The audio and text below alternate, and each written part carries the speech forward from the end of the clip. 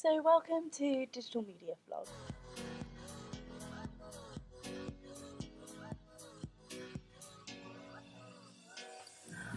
We decided to stay in the lines of sci-fi in genre because we came up with the idea of having an infection, which would be pretty cool to have as we could use liveness on stage as well as having media on in the background.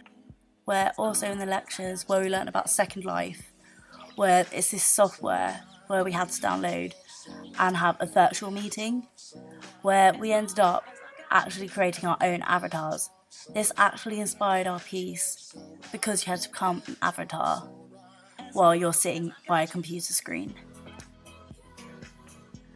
Another thing that actually inspired us was a music video of I've Got You, as the video consists of a man receiving a stimulator at his door and he puts it on and gets taken to his own very personalised paradise.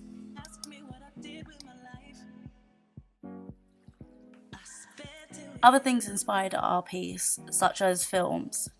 The film Surrogate with Bruce Willis actually influenced us, as it's creating a better life for yourself, where you stay at home while your robotic self would do everyday chores, whereas you stay in the comfort of your home. Another film that actually quite inspired us was the film Island.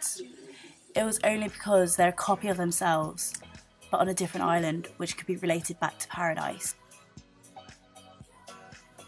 Quite a lot of our rehearsal time went to dedicating to filming and editing, as we had quite a lot to film in one lecture, and then we ended up doing quite a lot of editing to figure out what would go right and what we should use for each little film clip.